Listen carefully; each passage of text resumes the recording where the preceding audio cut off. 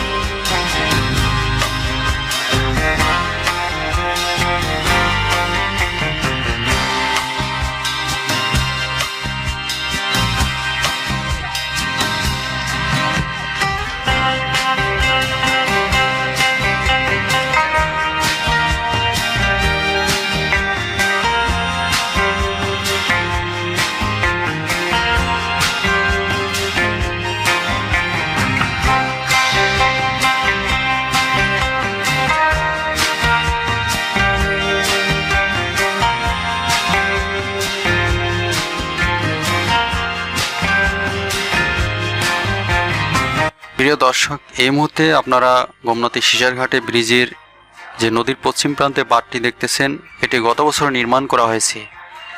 এলাকাবাসী অভিযোগ করেছেন, বাঁধটি নির্মাণ করার সময় যদি ব্লক দিত তাহলে কিন্তু এই বাঁধটি ভাঙত না। এখন যেভাবে বন্যা চলছে তাতে হয়তো এই বাঁধটিও ভেঙে যেতে পারে। সর্বশেষ আমরা জানতে পেরেছি, এলাকাবাসী অনুরোধ করেছেন এই বাঁধটি নির্মাণ করতে হলে অবশ্যই ব্লক দিতে হবে, তাহলেই এই বাঁধটি স্থায়ীভাবে মজবুত ও বন্যা থেকে মুক্ত থাকবে এলাকাবাসী। নদী অঞ্চলের মানুষের অভিযোগ, তারা বলেছেন যে এই নদীটি খনন করা হলে বন্যা প্লাবিত হতো না, অর্থাৎ বাড়িঘর ডুবে যেত না, পানি উঠত না, কোনো অঞ্চলে কোনো রাস্তাঘাট ভাঙত না। নদী খনন না করার কারণে নদীতে চর পড়ে গেছে, যার কারণে উজান থেকে পানি আসলেই অল্পতেই বন্যায় প্লাবিত হয়ে যায়। এতে করে রাস্তাঘাট বাড়িঘর অনেক ধ্বংস হয়ে যায়।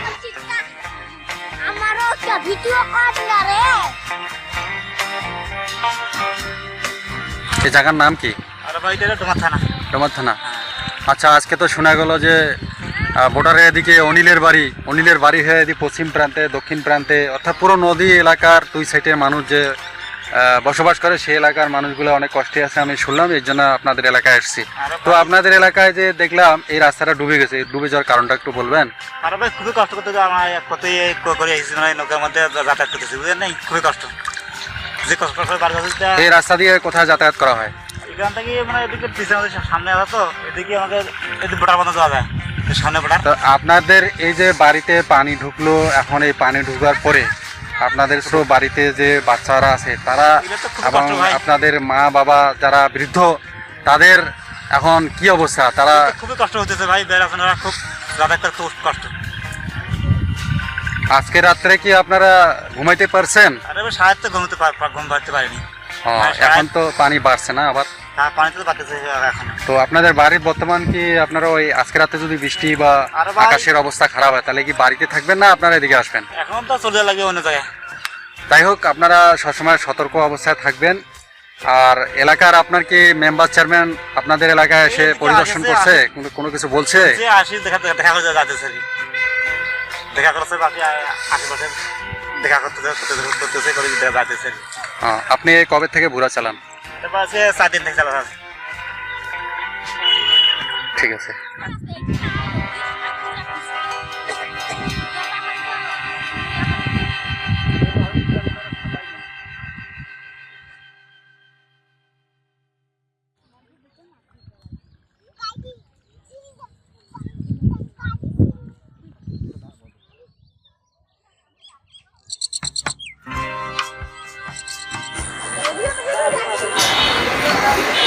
সর্বশেষ দেখা যাচ্ছে বর্তমানে বরিশিস্তা নদীর যে বন্যা অর্থাৎ পানি যেভাবে যাচ্ছে, পানির যে স্রোত, সেই স্রোতের গতিবেগ দেখলে বোঝা যায় এরকম স্রোত যদি আরও বাড়তে থাকে বা পানির পরিমাণ বাড়তে থাকে তাহলে এই বরিশিস্তা নদীর আরও অনেক রাস্তাঘাট, গাছপালা, বাড়িঘর ভেঙে যাওয়ার সম্ভাবনা রয়েছে।